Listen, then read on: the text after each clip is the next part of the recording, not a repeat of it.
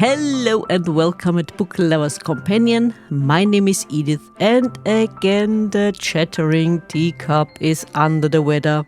It sometimes happens, but we'll keep our fingers crossed that she will be back very, very soon. But here with me from across the pond is author Kathy Otten. Hello, Kathy, and welcome at Book Lovers Companion. Hello, Edith. Nice to have you. Nice to be here, I guess. It's wonderful. We finally made it after I mixed up all the time zones. Sorry for that, but I did. It happens, across the pond between Europe and the United States. It can happen. But here we are. We are here to talk about at least one of your books. Maybe others as well. It's up to you. The Solace of Denim. It came out in May this year. Mm-hmm. And the main character is a boy. He's about 12 years old. He's 15. 15, okay. Why did I think 12? Okay, 15. Joey. What can you tell our listeners about Joey and his story? Joey he was the victim of a violent crime, family crime. And as a result, he's been bounced around in the foster care system, never quite fit in. And when he finally, at the last placement he had, he met his next door neighbor, and that young boy became his best friend. And something happened to that boy, and he was murdered. And now the problem is Joey wonders if he did it or if someone else did it. And so his friend Luke had a denim jacket that he wore all the time. And whenever Joey puts the jacket on, he gets these visions of they're like clues that lead him to try and solve what happened to his friend. Meantime, his friend's father, who is a police detective, he thinks that Joey had something to do with his son's murder. So it kind of overlaps a little bit. At the same time, the jacket, which is the friend, is pushing the two together, the father and Joey, because they need each other. And they need each other to solve the problem, solve the crime. So it kind of goes like that. There's a lot of self-doubt on Joey's part, fear of who he is and what he'll become as a man. So I don't want to say too much because it starts to give away. Yeah, of course. Give away, but it's pretty much how it goes. Yeah, and Joey has a rough time, not just because he's bounced around in the foster care system, but also at school. He's the outsider. He's the outsider. The other kids know what happened to him in the past because of gossip, so they bully him. And especially now that the friend died, they think he had something to do with it, so they torment him a little more. Mm-hmm. And then he's alone. He doesn't have anybody to talk to, so it just sort of festers inside of him. But when you read the book, you at the beginning you get the impression, he's also a bad apple. But then you learn more about him, about not just his past and what happened to him, but also him as a person.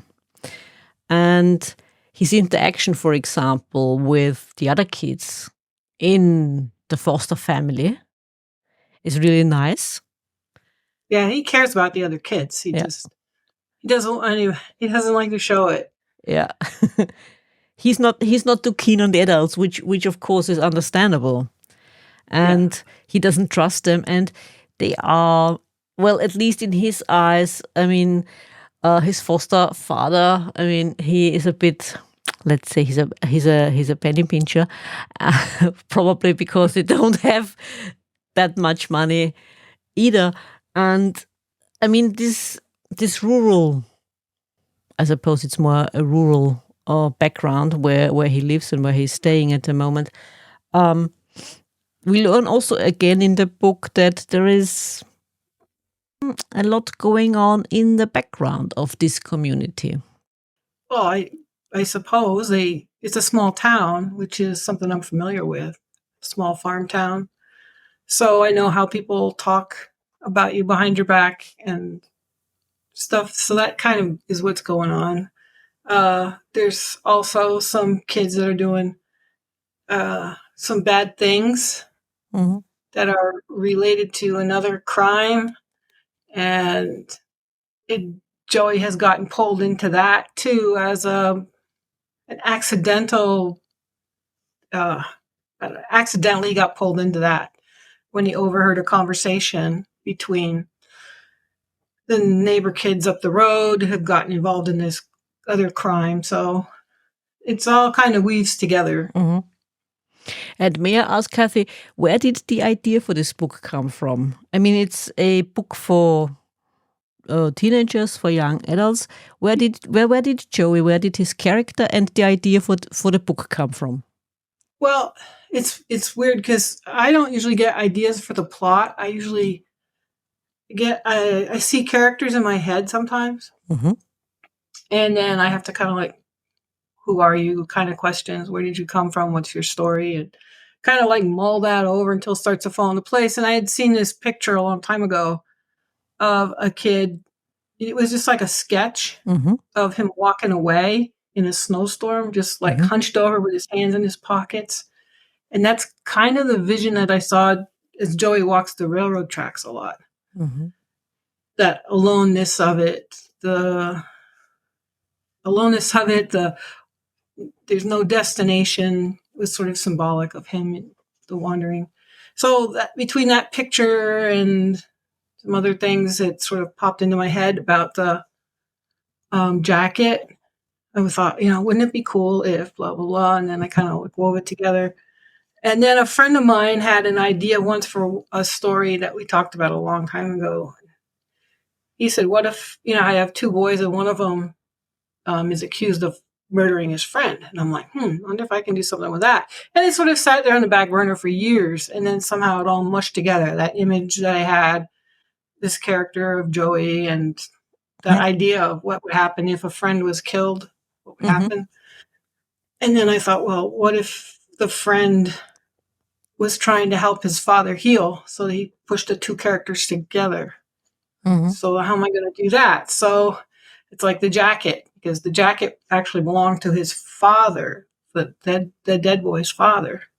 So that's kind of how it goes. Joey finds solace in the jacket, which is actually representative of the father, the detective. So kind of, I don't know. It's like it sort of spins off here and spins off there. Yeah, but it comes together quite nicely, and this light touch of the supernatural, I would like to call it that, is also interesting. Because again, oh God, do I give too much away maybe? But I don't know. Because all the time Joey, like we said, other people perceive him as the bad apple, like you said. I mean, what happened in his family? He always hears, yeah, you are just like blah, blah, blah, Yeah. And he starts to think, maybe I am just like. Right. When he isn't at all. No. So his friend always knew that about him. So his friend had believed in him. And now it was a matter of someone else believing him so he could trust it himself. Yeah, true. But then there's all the other fear of violence that happened to him. And it just, I don't know, just one thing spins off of another. Do you have any experience with children with trauma? Not with children with trauma, but I worked in a group home for 27 years with adults who had, problems. There was some mental health issues. There was some mild cognitive mental retardation, or if you want to call it that. So, and a lot of them came from homes that were not, nice. Drugs, violence, stuff like that. Oh. So you kind of see the result of that in the behaviors that are manifesting these guys as adults that I worked with. Mm-hmm. So I did that for like 27 years or more. Mm-hmm. And Mm-hmm. now I'm just in the school system, Mm-hmm. public schools. Mm-hmm. And you said it's a small town or rural, Here, yeah. yeah, or rural background where Joey lives. How is it, or in your experience, also in real life, how is it that people are treated who are in real life, who are traumatized like Joey, or who have mental health issues? Completely different than, let's say, in a big city? I think in a big city, it's easier to hide it because there's so many people and stuff. Mm-hmm. In a small town, everybody knows everybody, so they know family histories. They know where, they know the grandparents. It's like the teachers at the school where I work. They're like, oh, I had your dad in my class, and their cousins and their brothers are in that same class, and you'll Yeah. have, so everybody knows stuff. They know who's been divorced and who has not, and what happened in the marriage. It's just everybody knows. Mm-hmm. And then it's very rural, so it's tight Mm-hmm. in a way too, because it's family protecting family. So if an outsider comes in, it's like, who's that? Everybody wants to know, So Yeah, yeah, yeah. it's just, everybody knows. Yeah, I can relate to that because I grew up in a village here in Austria, so it's completely different than living in Vienna, of course, where you don't even know your next door neighbor most of the time. But like you said, everyone thinks they know each other's business. Right. Or not at all. Right. Maybe because we also learned it in your book, because they think they know the people they share this environment with. Or when you look a bit deeper, you realize, oh, maybe not at all. I mean, you find out that there's crimes that happen here too, There's violence that happens. There's, child pornography. Someone got caught with that, so everybody finds out about it, or there was a murder in town a few years back, and it was like, oh, everybody was like paranoid for a while. They got to lock their doors and their cars. It's like, and then they found out that it was from somebody in another state way far away that did it. And they're like, oh, good. Whew, we're safe. I was like, what? Can't happen to anybody else. But, it's like that. Yeah, absolutely. And is the Solace of Denim, is this your first book for young adults? Yeah. What? Like I said, it was outside my norm, Mm-hmm. and it sat on the back burner for a long time. Mm-hmm. And it's a really good book. I mean, it's a dark book in a way. Yeah. But we are not left without hope. Yeah, because it all ends on a happy. Yeah, I like to end things on a happily ever after because life doesn't always work that way. So it's nice to have some place to go where it does. Mm-hmm. Like I said before we started the recording, I absolutely enjoyed this book, and you wanted to read on. I mean, I kept on reading because I wanted to know what happened next to Joey. How are you going to solve the pickle he was in? Yeah, he was in a pickle. To put it mildly. Yeah. I mean, the foster care, the system. It's always a topic or a theme when in young adult fiction. Is that really something that is that prevalent in the United States? I don't know. I can only go by, I've seen kids like in the special ed area that were raised, in foster care, and they didn't have any problems. Mm-hmm. And I've seen other kids like in the high school that were in foster care, and they were okay. And then you always hear the stories of things that, but it's like one foster mom told me that the boy that she had living with her, he always kept all of his stuff with him. Mm-hmm. He'd wear his coat all year long. because he's afraid if you put it down, you won't get it back, sort of thing. So he always kept anything that was important on him. Mm. So even though he was like 16 or 17 at the time, he still had that in his head that if you put it down, somebody's going to take it. Mm. So, there's, you hear stories, even though, she was a good foster mom, she was a friend of mine, but there's still stories, and then you get the news headlines of some horrific thing that happened in the foster care system, sex trafficking or abuse or whatever. And it's like, yeah, I suppose. I have not seen it personally, though. Yeah, because we always hear about the bad things that happen to children, but not enough about the good stuff. Yeah. It's a tough thing for a foster parent because, it's hard because you're trying to fulfill a void. Yeah. And then you can't really let yourself get attached. Like I know a foster mom and dad who had like 3 kids, and the one little girl was a product of she was born addicted to whatever drug the mom was on. I forget what it was. So was it heroin? She was already born addicted.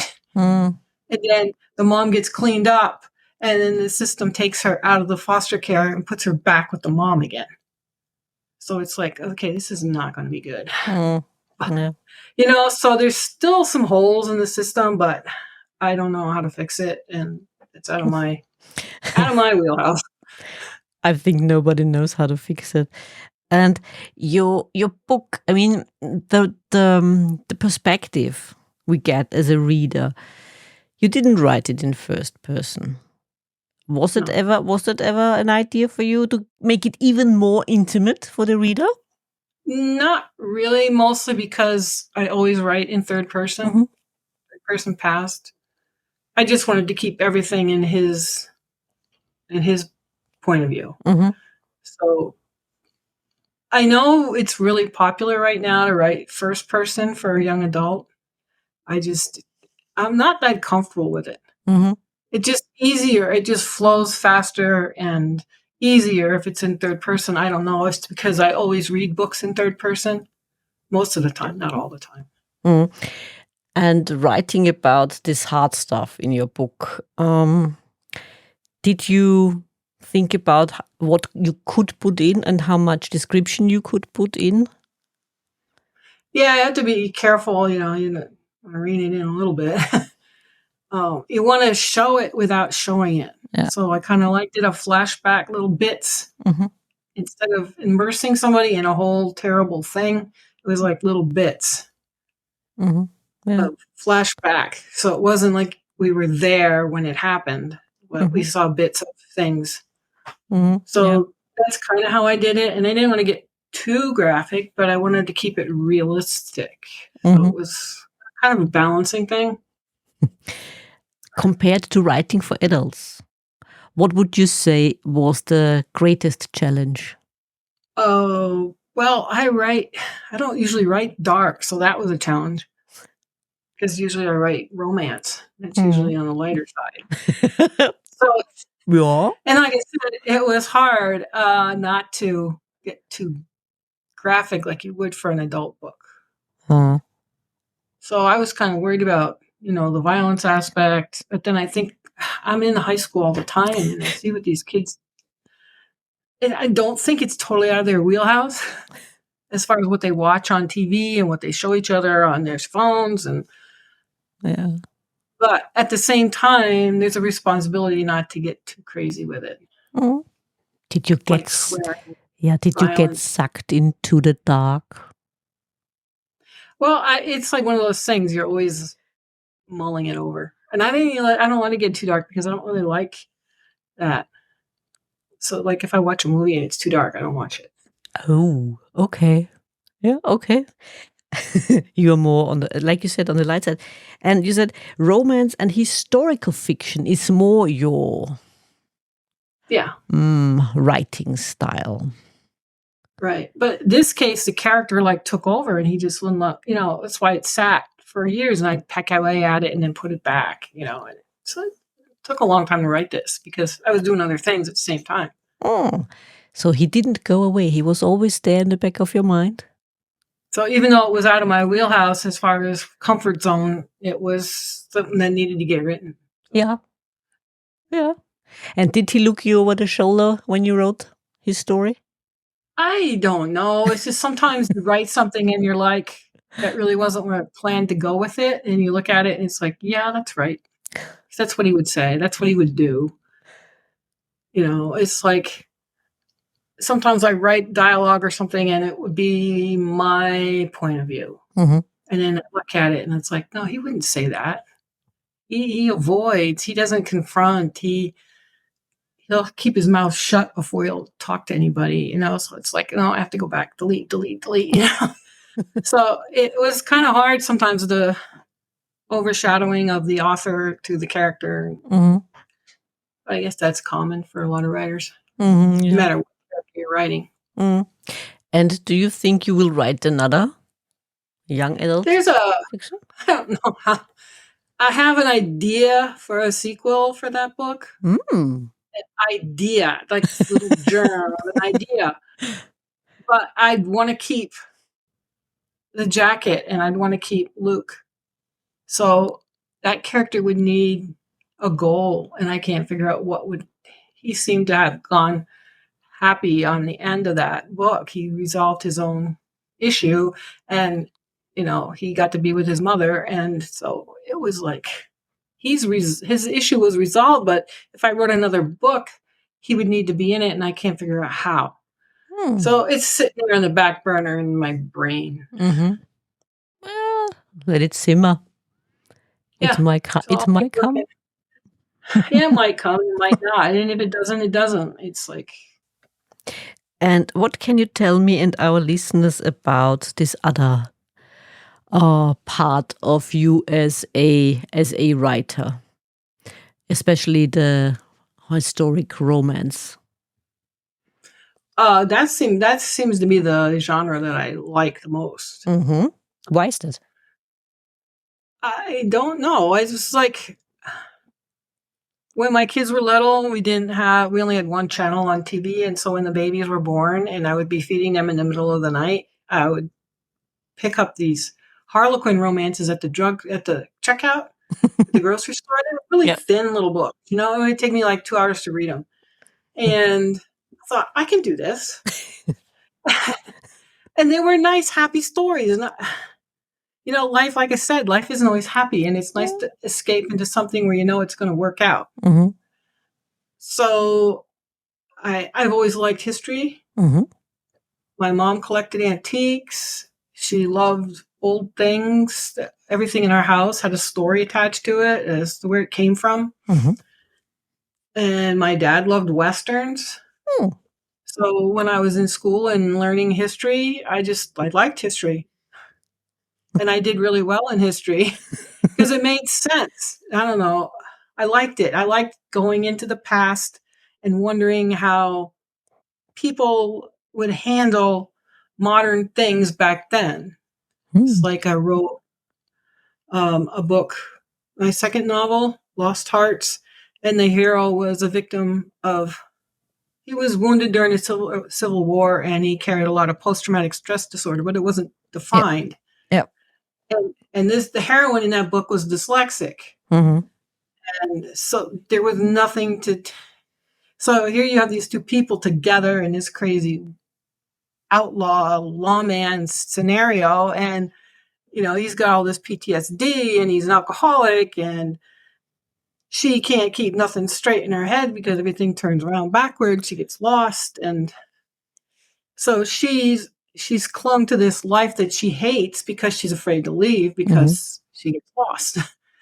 So it's like you take the dyslexia and the PTSD and you throw it in the past and stir it up and see what happens. Mm-hmm. It's like I wrote another book called Tarnished Night where she was a victim of domestic violence, an abused wife. Mm-hmm. And it's like, well, what do you do with that? Because back then, husband could do whatever they wanted. Yeah.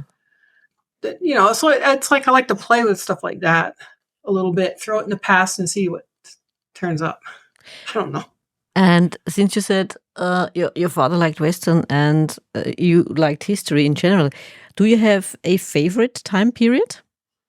I would say normally I would say the antebellum South through the end of the free range cowboy. Mm-hmm. So it encompasses just before the Civil War to just prior to the turn of the century to the 1900s. Mm-hmm. But then I wrote a short story because the characters, they come, they tell me where they live, about these two World War I pilots. Mm-hmm. So I wrote a little short story. So that takes me into the World War I. And it's Veterans Day, so Netflix and everything has all these World War II things on. And I think, what can I do with that? World War II. Mm-hmm. So I don't know. It's like, I would say normally that I'm stuck in the cowboy period. Most of my books that I have on my shelf over here are all Civil War and Victorian clothing and all that sort of thing. Guns from those periods, So that's my normal jam, but that World War I thing it took like a year to write that because I was totally out of my depth on the research for that. Mm-hmm. But it was fun to research. Well, can you imagine that? And may I ask, I mean, we had quite a few guests now who wrote or said their books during the Civil War, shortly before, and like I said, during the war and then after.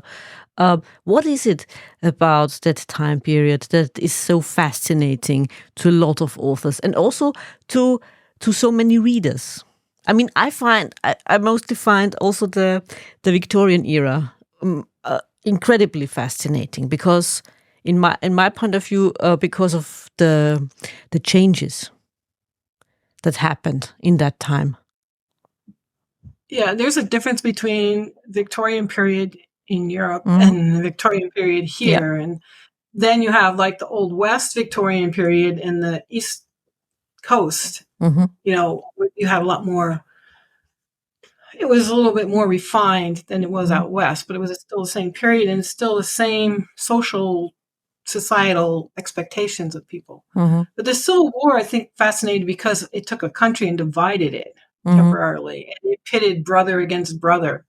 And I think that dichotomy of brother against brother and two rights coming together because they were both felt like they were right. Whereas you look at World War II or something and you say, no, that was wrong. Mm-hmm. It was easy to see the black and white, whereas the Civil War, it wasn't. Mm-hmm. They were both right in some ways. Mm-hmm. So it's two rights, and that makes it like if you have a hero that chooses between good and evil, that's an easy choice. But when a hero has to choose between right and right, it's not so easy. And I think that's kind of the fascination of the Civil War part, plus the historical elements that were there.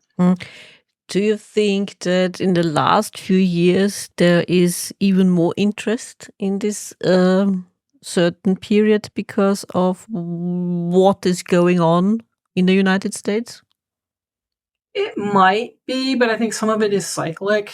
It comes back around. It's like Westerns weren't popular for a while. Now it's kind of coming back with Yellowstone and different things that are on TV.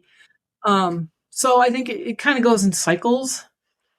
In some respects, I think that all of the hoopla about the racism and the division in the country, those people really don't know anything about history. So they don't really know what they're talking about 90% of the time. That's just my opinion. Total opinions, my opinion, not yours, right? I would say you are quite right when you say that most people don't know enough about history at all. They just repeat these judgments. Yeah, it does repeat. And you're making judgments about things that you don't know anything about. You don't know what it was like to live back then. You don't know what the society believed. It's no different than now. We have these crazy beliefs, and in 25 years or 30 years, people go, what did you believe? What was that crazy? But, it's like, I think people presuppose modern thinking on people that lived 150 years ago. You can't really do that. Mm. I mean, isn't it also the case or the problem when we speak about authors who write or set their books in historical settings and then they project their ideas of the current era on the characters back then, when in reality it wouldn't have been like that. Especially for women, for example.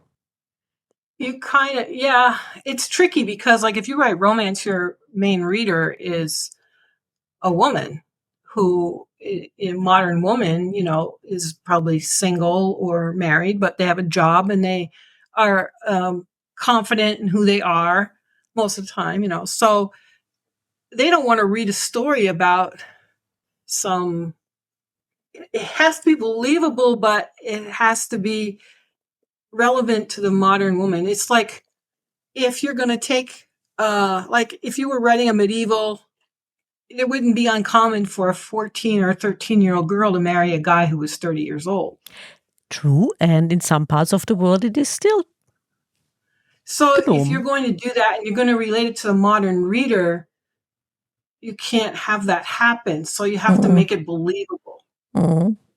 That maybe she was in a nunnery, or she was betrothed and he went on crusade and he wasn't there and he had to come back, and she grew up, so you have to twist it a little to make it believable. But at the same time, you don't want to just go outside the box completely and have some women's feminist ideals thrust upon somebody who never would have thought that.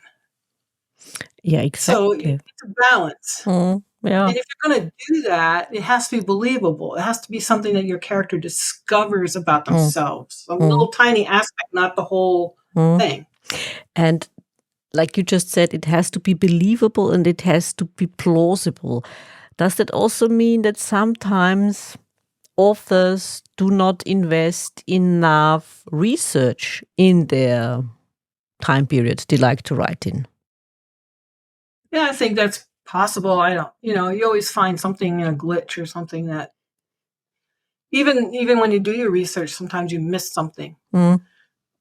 But if somebody's just lazy and they don't really do any research, you can tell, because nothing makes sense. They don't have their distances down, how far you can ride a horse. They take your horse on a 3-month journey or go across the country on the same horse, and they don't bring any feed. They don't, you know what I mean? It's like, some of it doesn't make any sense. That's true. Your stagecoach takes, 2 days and it's the same driver and the same horses, it's like, no, you can't do that. There's different things like that there's simple research that you can do easily nowadays, especially. It's not like you have to go to the library and hunt for books, and you can just Google stuff. Yeah. I find it most interesting because I've heard one author once say, she writes also in the Victorian era, and she once said she's a very meticulous researcher, and she has written a book where a cycling club plays a major part for women in the Victorian era. And she said this cycling club didn't really exist, but it could have existed. So she's very meticulous on this point. So she probably did a bunch of research on the bicycles of the time when they were invented, exactly, how to get on and how to get off, what kind of clothes to wear. So you could, you could easily do that. Yeah, I mean, easily. Yeah, I mean, like you said, and it has to be plausible, because it was interesting. Next to her sat an author whose books are set in the present time, and he invented a whole island in the Caribbean. And since he invented a whole island on the Caribbean, he can also it was also possible for him to invent other stuff on this Caribbean island, which don't necessarily have to be true for other existing Caribbean islands. So yeah, that's where you kind of delve into the fantasy element or parallel realities or dual timelines, or you can kind of play with it a little bit, but it has to be clear in the beginning that you're going in that direction. Just throw it in there at the last minute, because the reader's going to have a certain expectation when they pick up your book, and if you take it off the rails into a place that has magical waterfalls all of a sudden, it's like, no. Sort of steampunk feeling, maybe. Yeah, you could, but it would have to be set in the beginning that it's the steampunk kind of thing, Yeah. You can't just throw it in there, and the opening chapter should set the tone. Yeah. Would that something be that would interest you ever? To do a little steampunk? To do a little bit of world building with steampunk? I don't know. I used to like watching that. I grew up with Wild Wild West back in the 60s. And they redid that movie with Will Smith, but that TV show, they redid it as a movie. And there was another one with League of Extraordinary Gentlemen with Sean Connery. So that was pretty cool too. I just don't know if that's one of those things like the Civil War book, because you get to the steampunk fans and there's certain expectations on how things work. And if you mess it up, you're dead. You're dead in the water. So you have to understand the genre so well that you don't do that to your fans, because it's like the Civil War. If you get fans that love to read Civil War books, and so if you mess up something, they're going to come after you.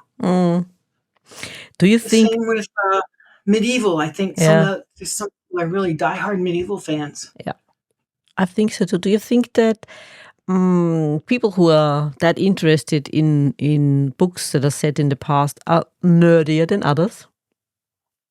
I suppose you could say that, but I think it's some kind of like little bit of escape. It's some kind of little validation for your own life. It's like kids that are, the nerd fests that go to Comic-Con and all that. They just love that little thing, and it's cool. It's like, yeah, sure. I mean, the Civil War buffs, they have reenactments and everything. I have a friend who they have horses just to do reenactments. Down in Virginia, it's like, she sews her own clothes for the whole thing, and they have to be. Then there's that whole genre too, where you make the clothes accurate, and then there's people that do it half accurate. They close enough, and then there's people like, no, you can't do that. So it's like, I know. Yeah, I know, because we also have that here in Europe. I mean, either the medieval period, where people pay a lot of money to get their own armor, perfectly made. Wow. Yeah. There is a guy who has his own history channel in Germany, and he also has his own armor made for him, costume made, and people do that, and they invest a lot of money. And there are also people in Austria who do enactments of battles during in the 19th century between Austria and our neighbors. And they also pay a lot of money to get their costumes right. Yeah. And it costs a fortune. Yeah. I mean, some people are like, you got the wrong kind of buttons, or you're using a zipper. Don't use a zipper. You can't do that. Didn't exist. Yeah. So it's kind of that way when you write. You got to get your details right, because someone's going to call you on it. Yeah. So if you're going to write steampunk, I think you really need to immerse yourself in the genre a little bit before you go and jump into that world. Yeah, absolutely. And Kathy, you're also a book coach. What can you tell me about this other you?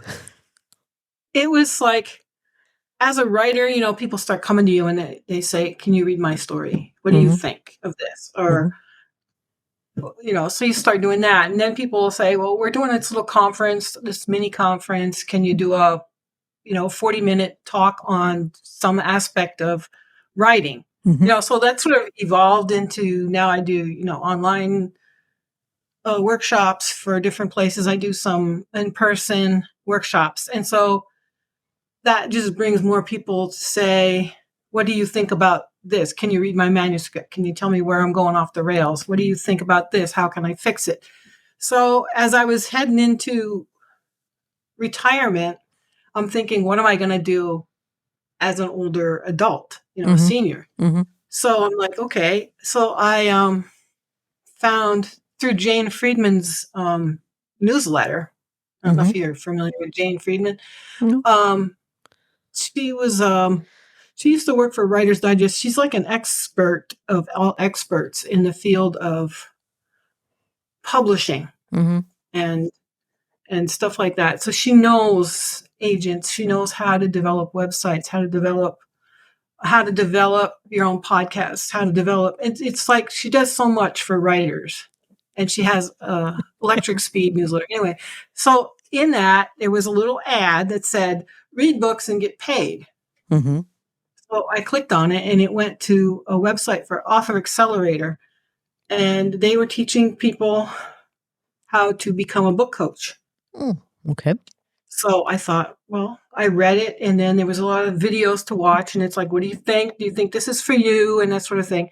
And I'm like, yeah, but I can't afford it. So I saved my money, and I thought this will work because I can do this, set my own hours, and do this as I get older, and I don't have to go to work every day, but I can still be busy, you know? And so I took the course, and it took me about 15 months to go through the whole thing. They offer coaches who want to coach fiction. There's another course for people who want to coach nonfiction, do book proposals and things like that. And then there's like memoir, which is relatively new. But I am a fiction writer, so I took the fiction course. And it was pretty intensive. There's videos, books to read, practicums to do, exercises. You know, you review other people's stuff. You know, not other people taking the course, but there's like other manuscripts that you review and put your thoughts in. So it took a while, and now I'm certified through them as a book coach. So if you need help with a book, you have an idea. There's a lot of people that have an idea and they don't know how to like get it from here onto the paper and not going off the rails and finding some way to structure it. I can help you with that. Or it's like NaNoWriMo is going on right now. And when it's all finished, people have like 50,000 words of what do I do now? You know, how do I take this cobbled up mess and make a book out of it? So I can do that. I can help you with that. See where this, look at structure, pacing, character arcs, point of view, client, conflict, tension, anything, and see where you're going. It might be going off the rails, where it is working, where it's not working, that sort of thing. So, yeah. So that's kind of what I do now.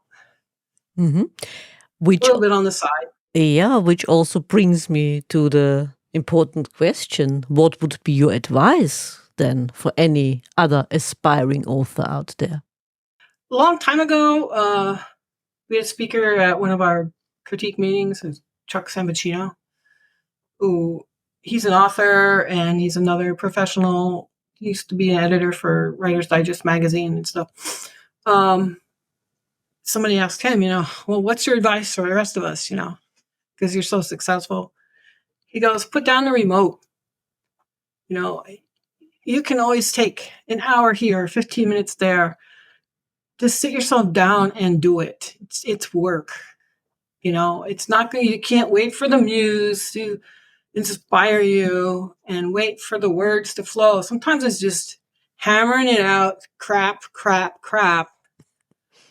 But you sit down and you got to do the work. Whether it's writing your book, writing a blog, writing. Some people do content writing. It's sit down and do it. It just doesn't always come. So you put down the remote. You sacrifice some time instead of scrolling around on the remote, going channel to channel to channel and wasting an hour, a half hour, whatever. You could have been sitting down writing something. Whether it's a blog or, some content, some workshop that you want to work on, an article for a magazine there's something that you could be doing. But you gotta make that conscious decision to sit your butt in a chair and put down that remote. Yeah, that's true. But in your own writing, do you sometimes, how shall I put it, get the feeling when you edit your your own books, your own writing, that you were exactly in the flow, like you just said. Don't wait for it, of course, but there is this moment when you write, when you feel that it's easy going. I always call it the flow. Mhm. And you clearly see at another point in your manuscript there wasn't a flow. Yeah, that name is common. Yeah, it's like, what the heck is this? Yeah, it's like this is not right, and you just delete it, or you take it and stick it in a folder for this scene is not going where I need it to go, or it's just a stone wall, or this isn't true to the character is no longer believable, or there's no point to this scene, it's just fluff, or it's just stilted and has no emotion, or it's all just harsh telling, this happened and this happened and this happened. But sometimes it works for a rough draft, but when you're writing along and then you hit that, it's like, what am I doing here? So sometimes I take those things and I don't want to delete them yet because there might be some gem in there, and I'll just throw it either at the bottom of the whole manuscript, or I'll throw it into a folder that says deleted scenes from blah, blah. Because sometimes you go back and you're like, this little phrase, this word choice or whatever, it belongs here. And so you take it and you put it there. And then things start to, come together. It's just, but you sometimes hit those walls where you're going along and you're like, what the heck was this? This isn't working. It's like, yeah. Or you just hit this wall where you're going, what do I write next? You're just staring at it and you're like, I can't think. And you're just staring at it and you start, straightening up your paper clips or something. Yeah, or you write yourself in a corner maybe and you think, oh. Yeah. I've done that. You said before that with Joey, you saw him, you saw his character. You had a more or less clear picture of him. Does that also happen to you when you think of certain scenes you are going to create? Sometimes. Sometimes I know what it's supposed to look like, and that's when it becomes very stilted, because you're trying to get it out there on the paper, like this happens and this happens and this happens. And you lose the character's perspective a little bit because you're trying to get the movie that you've seen in your head onto the paper. And then other times it's like I'm working on a draft right now for a book, and there's a bank robbery, and I know they can't open the safe. So it's like, I'm stuck. What am I going to have them do? So I'm trying to think, well, maybe they should get dynamite. Well, how am I going to do that? Where are they going to get that? So it's like, I want this thing to happen, but I don't know how to do it. So there's no visual in my head yet to get it on paper. So sometimes you hit those kind of snags too. It's like, well, how do I get from point A to point B? And what do you do then? Don't take up the remote, of course, but what do you do then?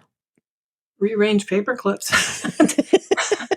I don't know.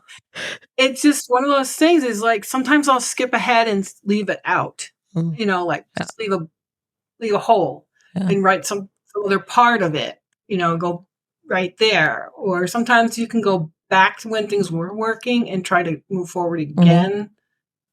So sometimes you can do that. And then other times you just got to let it go and let it percolate in your brain. Yeah. Right. Yeah. Or write other scenes. Yeah. Right. Other scenes, go to the end and then come back, or go edit something you wrote 2 days ago. Meantime, it's got to percolate. Sometimes it comes to you in the middle of the night or first thing in the morning when you're not quite awake. Or you take the dog for a walk and you come back and you look at it and you go, oh, I know what to do. But sometimes it'll be 2 weeks and you still won't know what to do. Yeah. So I guess it's just par for the course. Yeah. It's the writer's curse. No? As long as you don't quit. I guess that's the thing. Yeah. As long as you don't quit. Don't give up. Yeah, just do it, like you said. And Kathy, what are the plans for the future? What can your readers expect from you next? Well, like the bank robbery book, it's not about a bank robbery. The bank robbery happens at the end. So as soon as this book is done, I'll have that one out. And I got an idea for a short story that I'm toying with. I might try that afterward. Mm-hmm. I've got some online classes coming up for 2024. So I'll be doing that, and feelers out for coaching clients. People might be interested in some help with their book. Just keep moving, keep doing something. Sort of way. Yeah, keeping busy, I see. And is there anything else you would like our listeners to know? I don't know. I don't have all the answers, and there's no absolutes. If it works for you, go for it. Sometimes it just works for you. Go for it. Did it ever happen to you that when you were editing your manuscript that you read a passage and you thought, oh, damn, I'm good? That happens every once in a while. I go back and read something. It's like, wow, I can't believe I wrote that. But most of the time, it's like looking in the mirror and finding zits or something, or gray hair. It's like, oh, I go back. Why did I say that? What did I do there? That's why I don't even read my old stuff, because the same way your character grows, you grow as an author. And so things that you do now or things that you did then that you would never do now, I find it and it's like, crap, why did I do that? That's a passive sentence. How did that get in there? So yeah, so I don't even read my old stuff because it's too depressing. But yeah, just every once in a while you read something and you're like, wow, I can't believe I wrote that. I forgot I did that. Genius. There's like one little line or some little snippet of dialogue. Yeah. It's like, yes, got it. Yeah. I do understand that feeling. Kathy, it was wonderful talking to you. Thank you so much for joining me. Yeah, it's been a really fun talk. It has. Thank you very much. You did enjoy this episode as much as we did? Then hit subscribe and don't miss the next episode. Also, make sure to follow us on Twitter, Facebook and Instagram. If you like to support us and buy us a coffee, you can do so via Buy Me a Coffee and other platforms. You can find all the necessary links in the description. Until next time.